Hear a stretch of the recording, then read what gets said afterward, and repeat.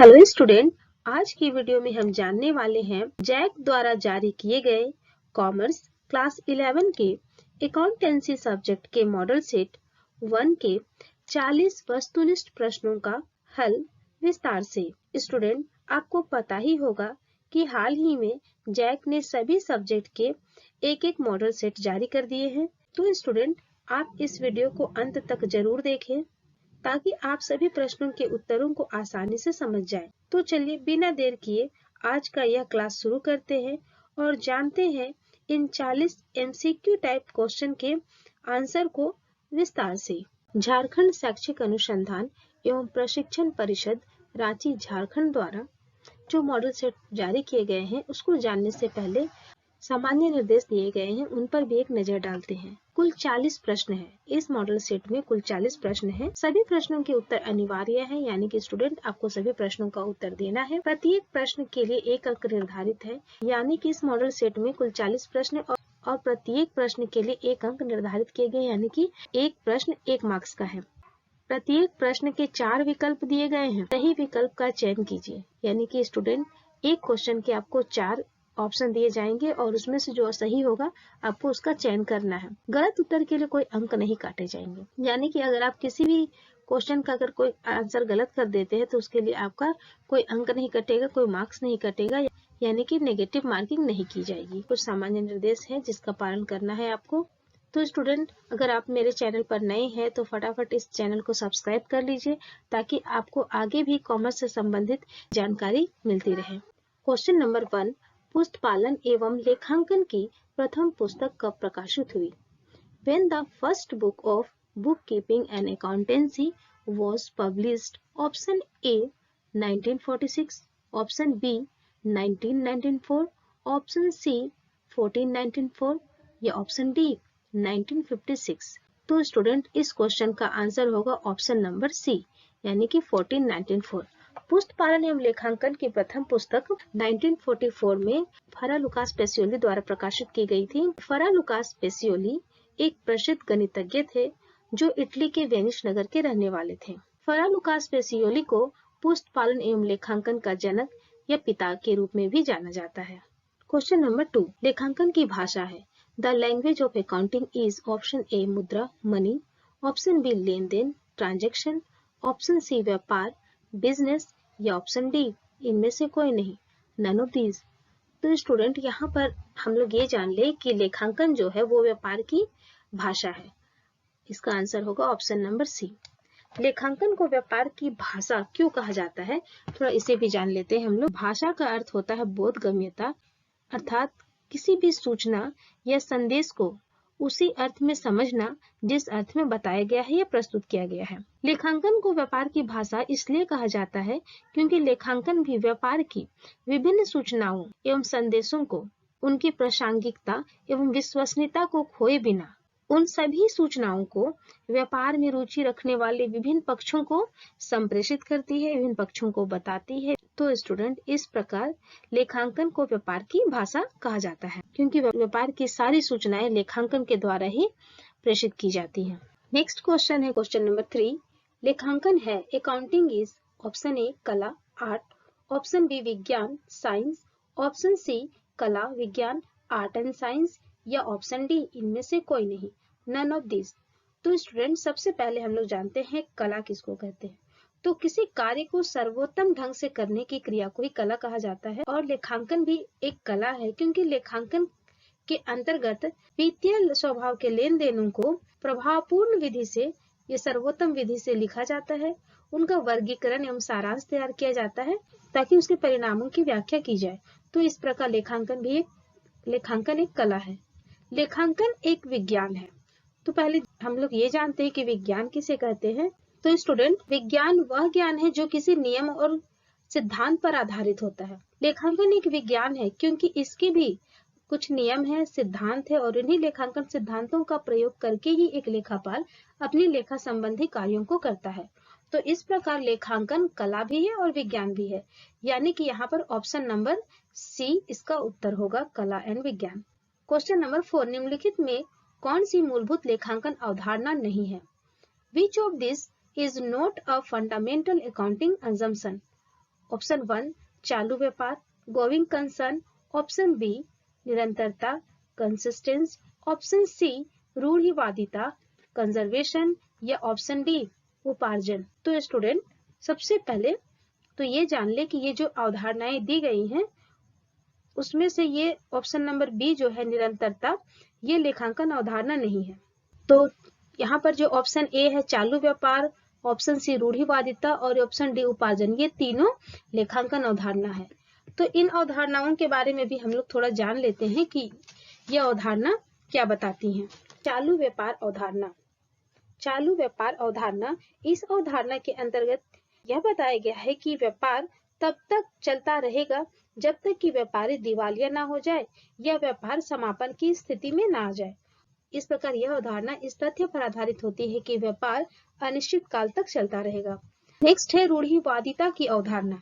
रूढ़िवादिता की अवधारणा के अंतर्गत ये बताया गया है कि व्यवसायी को लाभों की उम्मीद नहीं करना चाहिए, बल्कि अपने भविष्य में होने वाली संभावित हानियों की व्यवस्था कर लेना चाहिए। इसी अवधारणा के अनुसार देनदारों पर छूट के लिए संचय किया जाता है।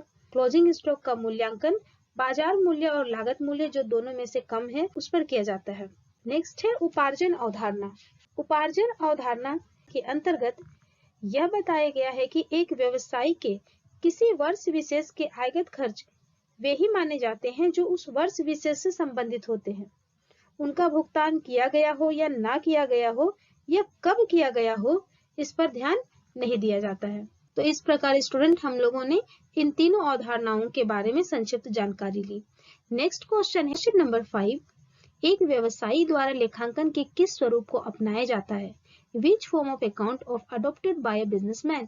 ऑप्शन ए लागत लेखांकन, कॉस्ट अकाउंटिंग, ऑप्शन बी वित्तीय लेखांकन, फाइनेंशियल अकाउंटिंग, ऑप्शन सी कर लेखांकन, टैक्स अकाउंटिंग, या ऑप्शन डी प्रबंध लेखांकन, मैनेजमेंट अकाउंटिंग। इस क्वेश्चन का आंसर देने से पहले स्टूडेंट हम लोग ये लेखांकन के इन चारों प्रकारों को समझते हैं और उसके बाद इसका आंसर देते हैं। तो सबसे पहला ऑप्शन है लागत लेखांकन। तो लागत लेखांकन किसको बोलते हैं? लागत लेखांकन के अंतर्गत व्यवसाय द्वारा उत्पादित वस्तुओं एवं उनके द्वारा प्रदान की गई सेवाओं की कुल लागत एवं प्रति इकाई लागत ज्ञात की जाती है ताकि उत्पादित वस्तुओं की लागत और उनका एक निश्चित मूल्य निर्धारित किया जा सके। तो इस प्रकार लागत लेखांकन प्रबंधकों को लागत पूर्वानुमान लगाने और लागत नियंत्रण करने में भी मदद करता है। दूसरा है वित्तीय लेखांकन, फाइनेंशियल अकाउंटिंग। वित्तीय लेखांकन के अंतर्गत व्यवसायिक लेन देनों का नियमानुसार लेखा करना, व्यापारिक एवं लाभ हानि खाता बनाकर लेखांकन अवधि के लाभ हानि को ज्ञात किया जाता है और साथ ही साथ स्थिति विवरण बनाकर व्यवसाय की आर्थिक स्थिति की जानकारी प्राप्त की जाती है। वित्तीय लेखांकन के आधार पर ही व्यवसायी अनेक सूचनाएं प्राप्त करता है, जैसे एक निश्चित अवधि में कुल कितना लाभ हुआ, कितनी हानि हुई, माल कितना स्टॉक के रूप में बचा हुआ है, इसके साथ ही साथ व्यवसाय में कितनी संपत्तियां एवं दायित्व है, ये भी वित्तीय लेखांकन के द्वारा आसानी से एक व्यवसायी को पता चल जाता है। तो इस प्रकार एक व्यवसायी द्वारा वित्तीय लेखांकन के स्वरूप को अपनाया जाता है। तो स्टूडेंट इस क्वेश्चन का आंसर होगा ऑप्शन नंबर बी वित्तीय लेखांकन। ऑप्शन सी और डी के बारे में भी थोड़ा जान लेते हैं। ऑप्शन सी है कर लेखांकन। कर लेखांकन की वह शाखा या लेखांकन का वह प्रकार है जिसके आधार पर विभिन्न करों की गणना की जाती है। ऑप्शन डी प्रबंध लेखांकन। प्रबंध लेखांकन का उद्देश्य प्रबंधकों को लेखांकन सूचनाएं इस प्रकार प्रस्तुत करना है ताकि वे व्यवसाय की विभिन्न योजनाओं का निर्माण कर सके और योजनाओं को नियंत्रित कर सके। और प्रबंधकीय लेखांकन के आधार पर ही प्रबंधक व्यवसाय के अनेक नीति नियमों को बनाते हैं और उससे संबंधित निर्णय लेते हैं। तो इस प्रकार प्रबंध लेखांकन प्रबंधकों को उनके प्रबंधकीय कार्यों को करने में मदद करते हैं। नेक्स्ट क्वेश्चन है क्वेश्चन नंबर 6, रोजनामचा या जर्नल में कितने खाने होते हैं? How many columns are there in a journal? Option A 2, option B 3, option C 5 या ऑप्शन डी 8। तो स्टूडेंट इस क्वेश्चन का आंसर होगा ऑप्शन सी यानी कि 5। जर्नल में 5 कॉलम होते हैं। पहला कॉलम होता है डेट का, दूसरा कॉलम होता है पार्टिकुलर का, तीसरा कॉलम होता है एलएफ का यानी कि लेजर फोलियो का, चौथा कॉलम होता है डेबिट अमाउंट का और 5वां कॉलम होता है क्रेडिट अमाउंट का। तो इस प्रकार स्टूडेंट जर्नल में 5 कॉलम होते हैं। नेक्स्ट क्वेश्चन है क्वेश्चन नंबर 7। व्यवसायिक दुकान से स्वामी द्वारा लिए गए माल के लिए डेबिट होता है। The goods taken by the proprietor from the business shop are debited to option A स्वामी खाता proprietor account, option B पूंजी खाता capital account, option C आहरण खाता drawing account और ऑप्शन डी माल खाता यानी कि गुड्स अकाउंट। इस क्वेश्चन का आंसर होगा ऑप्शन नंबर सी यानी कि आहरण खाता। ड्राइंग अकाउंट को यहाँ पर डेबिट किया जाएगा। तो हम लोग जान ले कि ड्राइंग अकाउंट को डेबिट क्यों किया जाता है। तो ड्राइंग अकाउंट को डेबिट करने के पीछे हमारी जो लेखांकन अवधारणा है वो काम करती है। हमारी जो लेखांकन अवधारणा है व्यवसाय की इकाई या अस्तित्व अवधारणा, क्योंकि इसके अनुसार व्यापार को एक पूर्ण और स्वतंत्र इकाई माना गया है, इसलिए व्यापार के अस्तित्व और उसका स्वामी का अस्तित्व दोनों अलग अलग होता है और व्यवसायिक लेन देनों का लेखा अलग किया जाता है और व्यवसायी द्वारा किए गए लेन देन का लेखा भी पृथक रूप से किया जाता है। और यही कारण है कि जब व्यापार का स्वामी व्यापार से माल या किसी निजी खर्च के लिए नगद निकालता है तो उसको ड्राइंग माना जाता है और लेखा किया जाता है। तो इस प्रकार यहाँ पर ड्राइंग अकाउंट क्या होगा, डेबिट होगा। नेक्स्ट क्वेश्चन है कैश अकाउंट है। कैश अकाउंट इज ऑप्शन ए व्यक्तिगत खाता, पर्सनल अकाउंट, ऑप्शन बी वास्तविक खाता, रियल अकाउंट, ऑप्शन सी नाम मात्र खाता, नॉमिनल अकाउंट या ऑप्शन डी इनमें से कोई नहीं, नन ऑफ दिस। तो स्टूडेंट यहाँ पर रियल अकाउंट होगा यानी कि ऑप्शन बी होगा। कैश अकाउंट एक रियल अकाउंट है, एक वास्तविक खाता है। क्वेश्चन नंबर 9 तलपट है। ट्रायल बैलेंस इज ऑप्शन ए व्यक्तिगत खाता पर्सनल अकाउंट, ऑप्शन बी वास्तविक खाता रियल अकाउंट, ऑप्शन सी नाम मात्र खाता नॉमिनल अकाउंट, ऑप्शन डी शेषों की सूची लिस्ट ऑफ बैलेंस। पहले तो हम लोग जान ले कि ट्रायल बैलेंस है क्या। ट्रायल बैलेंस या तलपट खाता बही या लेजर के विभिन्न खातों के शेषों की एक सूची है, एक विवरण है। यह शेषों की सूची इसलिए है क्योंकि इसमें खाता बही के विभिन्न शेषों को लिखा जाता है, इसलिए इस क्वेश्चन का आंसर होगा ऑप्शन डी शेषों की सूची list of balance. Next question है क्वेश्चन नंबर 10 तलपट है। ट्रायल बैलेंस इज ऑप्शन ए विवरण स्टेटमेंट, ऑप्शन बी खाता अकाउंट, ऑप्शन सी लाभ हानि प्रॉफिट एंड लॉस या ऑप्शन डी खाता बही लेजर। तो स्टूडेंट इस क्वेश्चन का आंसर होगा ऑप्शन ए यानी कि विवरण।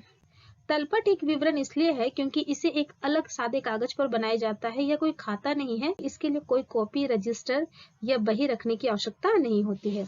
नेक्स्ट क्वेश्चन है क्वेश्चन नंबर 11 संपत्ति खाते का शेष सदैव होता है। Balance of assets account is always option A debit, option B credit, option B debit या क्रेडिट या ऑप्शन डी इनमें से कोई नहीं। तो स्टूडेंट यहाँ पर आंसर होगा ऑप्शन ए डेबिट। संपत्ति खाता हमेशा डेबिट होता है। नेक्स्ट क्वेश्चन है ह्रास है। Depreciation is a option A व्यय एक्सपेंसेस, ऑप्शन बी प्रावधान प्रोविजन, ऑप्शन सी आय इनकम या ऑप्शन डी इनमें से कोई नहीं, नन ऑफ दिस। तो स्टूडेंट इस क्वेश्चन का आंसर होगा ऑप्शन बी यानी कि प्रावधान। नेक्स्ट क्वेश्चन है क्वेश्चन नंबर 13 स्थायी प्रभाग विधि में ह्रास की राशि। Under fix installment method amount of depreciation goes on. Option A घटती है डिक्रीजिंग, ऑप्शन बी बढ़ती है इंक्रीजिंग, ऑप्शन सी स्थिर रहती है कांस्टेंट या ऑप्शन डी इनमें से कोई नहीं, नन ऑफ दिस। तो स्टूडेंट यहाँ पर सबसे पहले हम स्थायी प्रभाग विधि से ह्रास की गणना किस प्रकार की जाती है इसके बारे में जान लेते हैं। स्थायी प्रभाग विधि के अंतर्गत ह्रास की गणना प्रत्येक वर्ष संपत्ति के मूल लागत पर निकाली जाती है, जिसके कारण प्रति वर्ष ह्रास की राशि एक समान रहती है, यानी कि ह्रास की राशि स्थिर रहती है। तो इस क्वेश्चन का आंसर होगा ऑप्शन नंबर सी स्थिर रहती है। नेक्स्ट क्वेश्चन है क्वेश्चन नंबर 14 भूमि का उपयोगी जीवन काल होता है।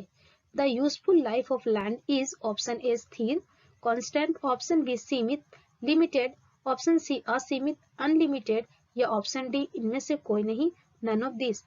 तो स्टूडेंट भूमि का जो उपयोगी जीवन काल होता है वो अनिश्चित होता है, अनिश्चित काल तक भूमि का उपयोग किया जाता है, इसलिए इस क्वेश्चन का आंसर होगा ऑप्शन सी असीमित।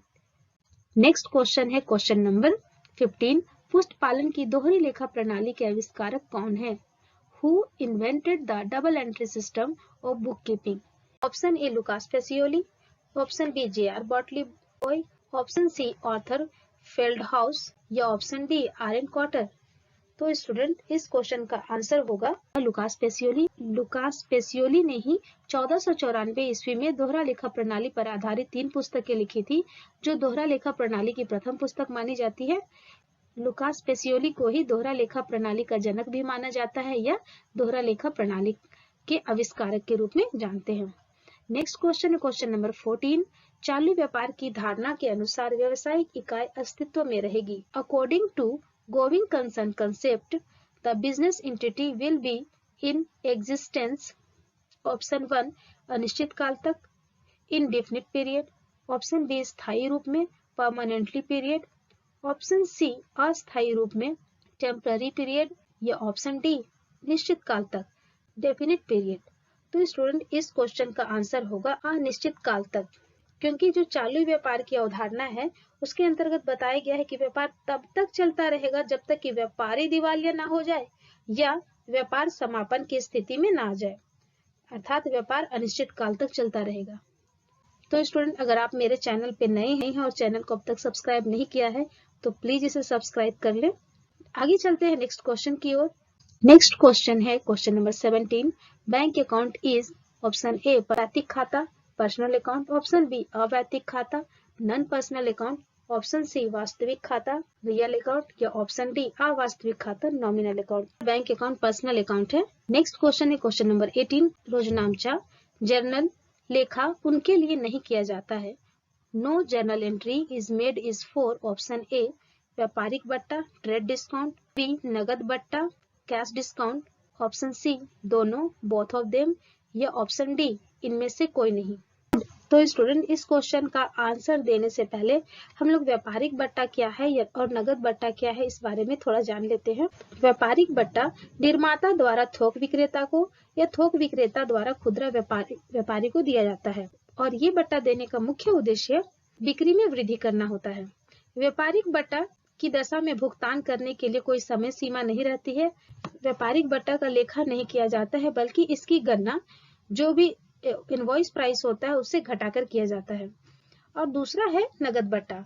नगद बट्टा विक्रेता द्वारा ग्राहकों को एक निश्चित समय के अंदर भुगतान करने पर दी जाती है, जैसे 1 सप्ताह, 10 दिन, 15 दिन, इस तरह का समय सीमा दिया जाता है और इसी समय सीमा में ग्राहकों को भुगतान करना होता है। तो नगद बट्टा देने का उद्देश्य क्या होता है? शीघ्र भुगतान प्राप्त करना। नगद बट्टा की गणना व्यापारिक बट्टा घटाने के बाद जो शेष राशि आती है उस पर की जाती है और नगद बट्टा को लेखांकन पुस्तक में लिखा जाता है। तो यहाँ पूछा गया है कि जर्नल में किस बट्टा का लेखा नहीं किया जाता है, तो यहाँ पर आंसर होगा व्यापारिक बट्टा, यानी कि व्यापारिक बट्टा का लेखा जर्नल में नहीं किया जाता है। इस क्वेश्चन का आंसर होगा व्यापारिक बट्टा। रोजनामचा लेखा में व्यापारिक बट्टा को नहीं लिखा जाता है। नेक्स्ट क्वेश्चन है क्वेश्चन नंबर 19। जब तलपट का योग नहीं मिलता है तो इस स्थिति में खाता खोला जाता है।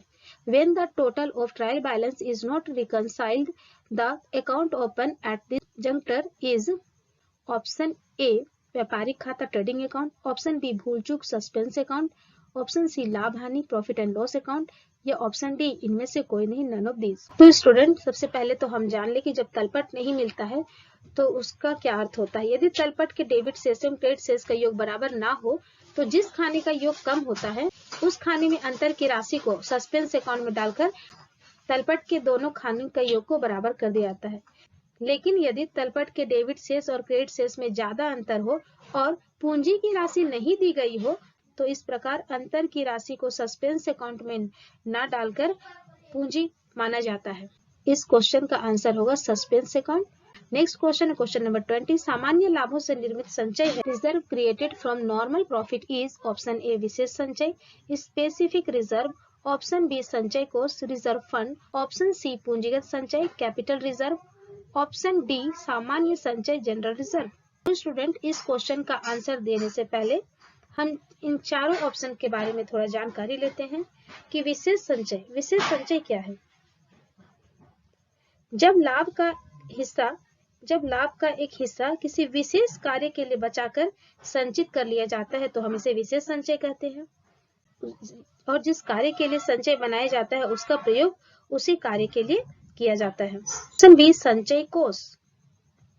जब सामान्य संचय की रकम को व्यापार के बाहर विनियोग कर दिया जाता है तब वह संचय कोष बन जाता है, और जब धन की आवश्यकता होती है तो विनियोग को बेचकर आवश्यक धन प्राप्त कर ली जाती है।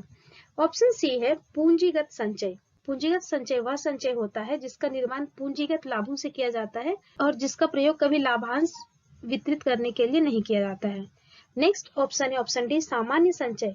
जो संचय किसी विशेष उद्देश्य के लिए नहीं बनाई जाती है बल्कि संस्था की आर्थिक स्थिति को सुदृढ़ करने एवं हानियों की पूर्ति करने के लिए बनाई जाती है उसे सामान्य संचय कहा जाता है, और इस संचय से कभी भी लाभांश का वितरण नहीं किया जाता है। तो इस प्रकार इस क्वेश्चन का आंसर होगा ऑप्शन नंबर डी सामान्य संचय। नेक्स्ट क्वेश्चन है क्वेश्चन नंबर 21। प्राप्य बिल क्या है? Bills receivable account is a option ए नाम मात्र खाता, नॉमिनल अकाउंट, ऑप्शन बी व्यक्तिगत खाता पर्सनल अकाउंट, ऑप्शन सी वास्तविक खाता रियल अकाउंट, या ऑप्शन डी इनमें से कोई नहीं नन ऑफ दिस। तो स्टूडेंट इस क्वेश्चन का आंसर होगा प्राप्य बिल बिल्स रिसीवेबल एक पर्सनल अकाउंट है। बिल स्वीकार करने वाले को कहा जाता है। Acceptor of the bill is called option A लेखक ड्रॉवर, ऑप्शन बी स्वीकारकर्ता ड्रॉवी, ऑप्शन सी प्राप्तकर्ता पेई, या ऑप्शन डी बेचानकर्ता इंडोर्सर। सबसे पहले हम लोग ये चारों ऑप्शन के बारे में थोड़ा जान लेते हैं कि लेखक कौन होता है। जो व्यक्ति बिल लिखता है और भुगतान के लिए आदेश देता है उस व्यक्ति को लेखक कहा जाता है।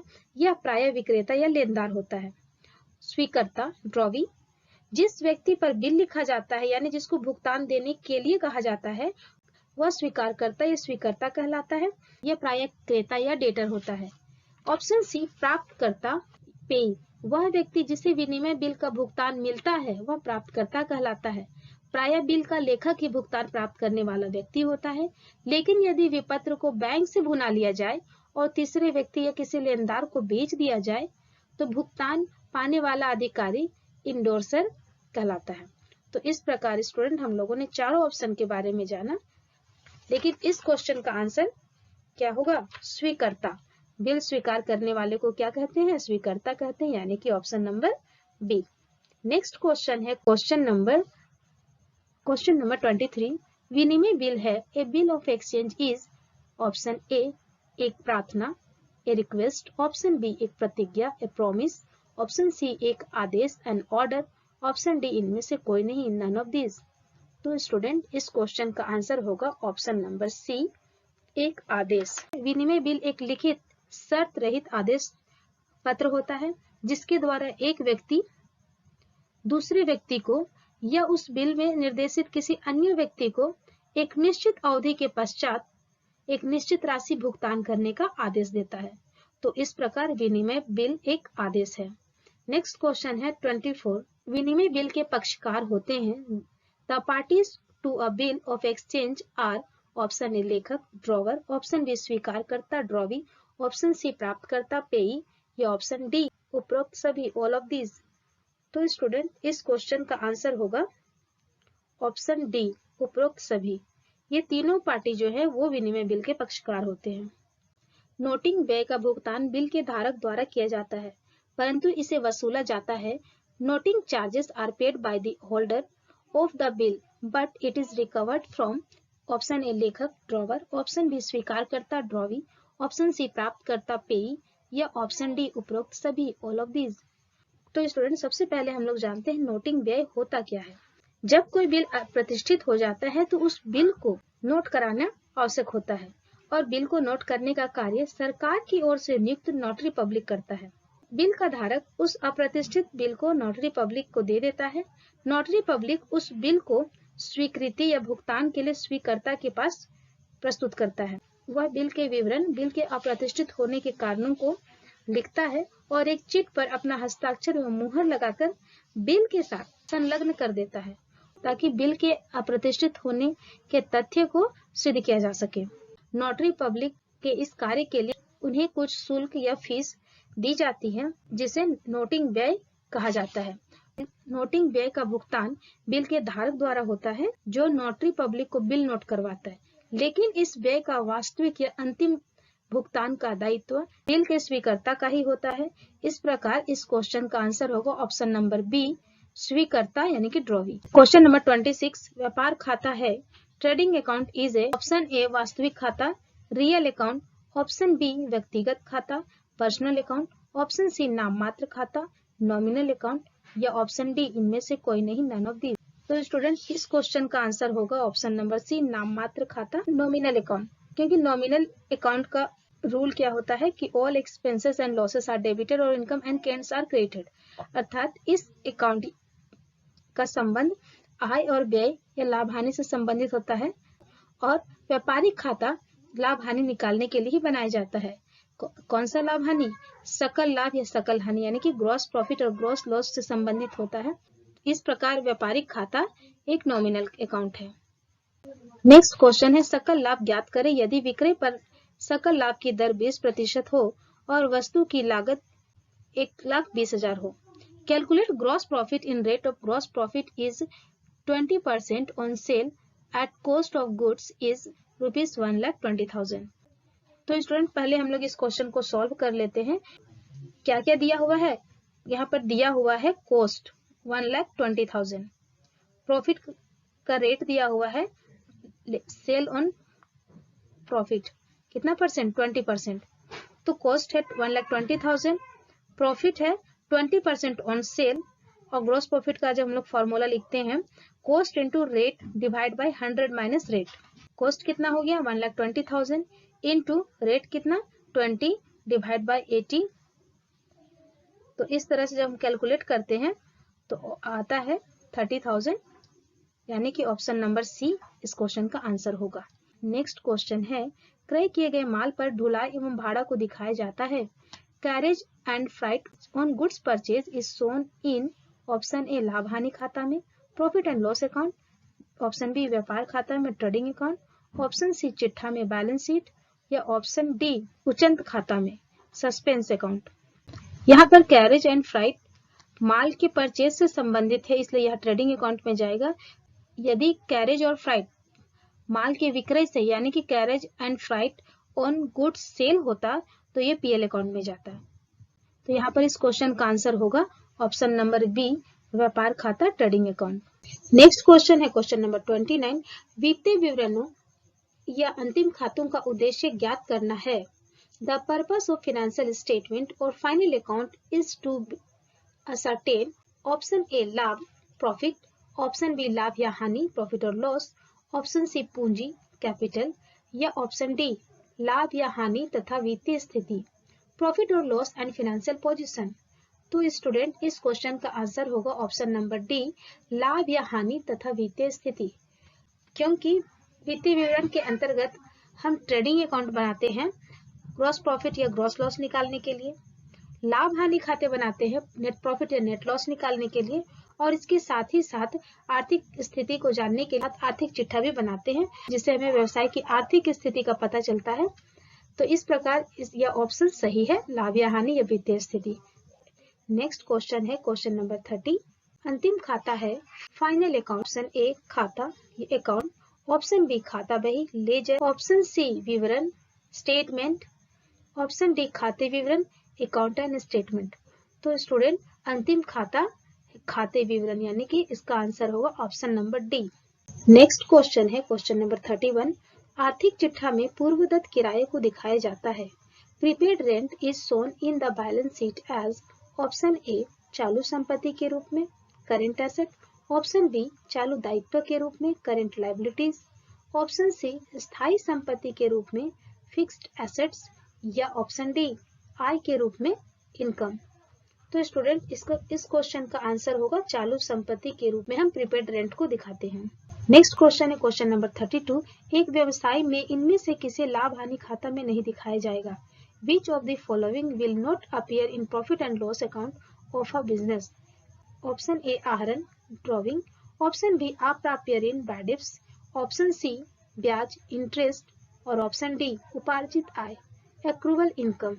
तो स्टूडेंट इसमें ड्रॉविंग को यानी कि आहरण को लाभ हानि खाता में नहीं दिखाया जाता है, बल्कि आहरण को बैलेंस शीट के लायबिलिटी साइड में कैपिटल से नेट प्रॉफिट को ऐड करने के बाद और यदि नेट लॉस है उसको घटाने के बाद हम ड्रॉइंग को घटाकर दिखाया जाता है।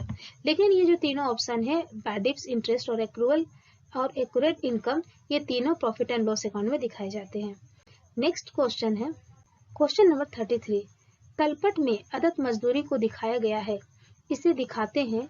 Outstanding wages is shown in trial balance, it is shown in option A व्यापारिक खाता ट्रेडिंग अकाउंट, ऑप्शन बी लाभ हानि खाता profit and loss account, option C आर्थिक चिट्ठा बैलेंस शीट या ऑप्शन डी व्यापारिक खाता एवं आर्थिक चिट्ठा trading account and balance sheet.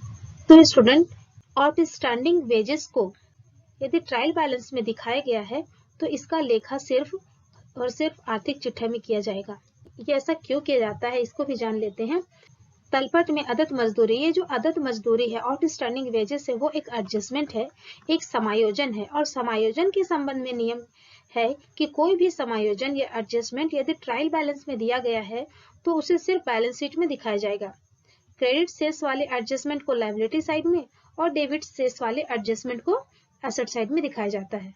लेकिन यदि एडजस्टमेंट ट्रायल बैलेंस के बाहर दिया गया हो, तलपट के बाहर दिया गया हो, तो वैसी स्थिति में प्रत्येक एडजस्टमेंट को दो जगह लिखा जाता है, पहला ट्रेडिंग या पीएल अकाउंट में और दूसरा बैलेंस शीट में। तो इस क्वेश्चन में आउटस्टैंडिंग वेजेस चूंकि तलपट में यानी कि ट्रायल बैलेंस में दिया गया है, इसलिए इसे सिर्फ आर्थिक चिट्ठा में दिखाया जाएगा। आर्थिक चिट्ठा के लायबिलिटी साइड में आउटस्टैंडिंग वेजेस को दिखाया जाएगा। नेक्स्ट क्वेश्चन है क्वेश्चन नंबर 34। लेखांकन प्रतिवेदन में कौन से गुण होने चाहिए? विच of the following qualities should be in accounting reports? Option A उपयुक्तता, रिलेवेंस, ऑप्शन बी शुद्धता एक्यूरेसी, ऑप्शन सी पूर्णता कंप्लीटनेस या ऑप्शन डी उपर्युक्त सभी। तो स्टूडेंट, इस क्वेश्चन का आंसर होगा उपर्युक्त सभी। यानी एक लेखांकन प्रतिवेदन उपयुक्त होना चाहिए, रिलेवेंस होना चाहिए यानी कि उद्देश्य के अनुरूप भी होने चाहिए और शुद्ध भी होने चाहिए। इसके साथ ही साथ लेखांकन प्रतिवेदन पूर्ण होने चाहिए, अर्थात उनमें तथ्य एवं सूचनाओं का सही और पूर्ण रूप से लेखा किया जाना चाहिए। तो इस प्रकार लेखांकन प्रतिवेदन में ये तीनों गुण होने चाहिए। नेक्स्ट क्वेश्चन है क्वेश्चन नंबर 35। टैली है, टैली इज ऑप्शन ए लेखांकन software, accounting software, option B data का संग्रह a collection of data, option C वित्तीय लेखांकन पेरोल अकाउंटिंग, ऑप्शन डी इनमें से कोई नहीं, नन ऑफ दिस। इसका आंसर होगा ऑप्शन ए लेखांकन सॉफ्टवेयर। नेक्स्ट क्वेश्चन है क्वेश्चन नंबर 36। निम्नलिखित में से लेखांकन सूचना प्रणाली का कौन सा उद्देश्य है? Which of the following is the purpose of accounting information system? Option A विज्ञापन एडवर्टाइजिंग, ऑप्शन बी कर्मचारियों को भर्ती करना recruitment of employee, option C stock नियंत्रण स्टॉक कंट्रोल या ऑप्शन डी अनुसंधान मार्केटिंग रिसर्च। तो स्टूडेंट, इस क्वेश्चन का आंसर होगा स्टॉक नियंत्रण। लेखांकन सूचना प्रणाली का उद्देश्य होता है स्टॉक को नियंत्रित करना। नेक्स्ट क्वेश्चन है क्वेश्चन नंबर 37। कंप्यूटरीकृत लेखांकन की समस्या है।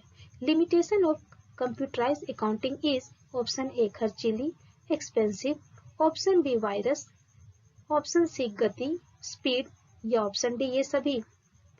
तो स्टूडेंट, इस क्वेश्चन का आंसर होगा खर्चीली। कंप्यूटरीकृत लेखांकन जो है वो बहुत खर्चीली होती है। नेक्स्ट क्वेश्चन है क्वेश्चन नंबर 38। एक बाइट में कितने बिट होते हैं? How many bit constitute one byte? तो इसका आंसर होगा ऑप्शन डी यानी कि 8 bit equal to 1 byte. Next question है क्वेश्चन नंबर 39। ऐसे तथ्य जिन्हें अंकित किया जा सकता है और जिनका एक निश्चित अर्थ होता है कहलाते हैं। The fact which can be recorded and has implicit meaning is called option A सूचना information, option B database, option C data या ऑप्शन डी इनमें से कोई नहीं। तो स्टूडेंट, इस क्वेश्चन का आंसर होगा ऑप्शन सी यानी कि डाटा। लास्ट क्वेश्चन है क्वेश्चन नंबर 40। डाटाबेस प्रबंध प्रणाली है। Database management system is a option A hardware, option D software, option C input उपकरण इनपुट डिवाइस या ऑप्शन डी इनमें से सभी। तो स्टूडेंट, डाटाबेस मैनेजमेंट सिस्टम क्या है? एक सॉफ्टवेयर है। तो उम्मीद है स्टूडेंट आपने इन 40 प्रश्नों के उत्तर समझ गए होंगे। तो आप प्लीज इसे लाइक करें, अपने दोस्तों को शेयर करें और अगर आप चैनल पर नए हैं तो प्लीज चैनल को सब्सक्राइब करें, बेल आइकन को हिट करें ताकि आपको आगे कॉमर्स से संबंधित अनेक टॉपिकों की जानकारी सबसे पहले प्राप्त हो। Thank you for watching this video.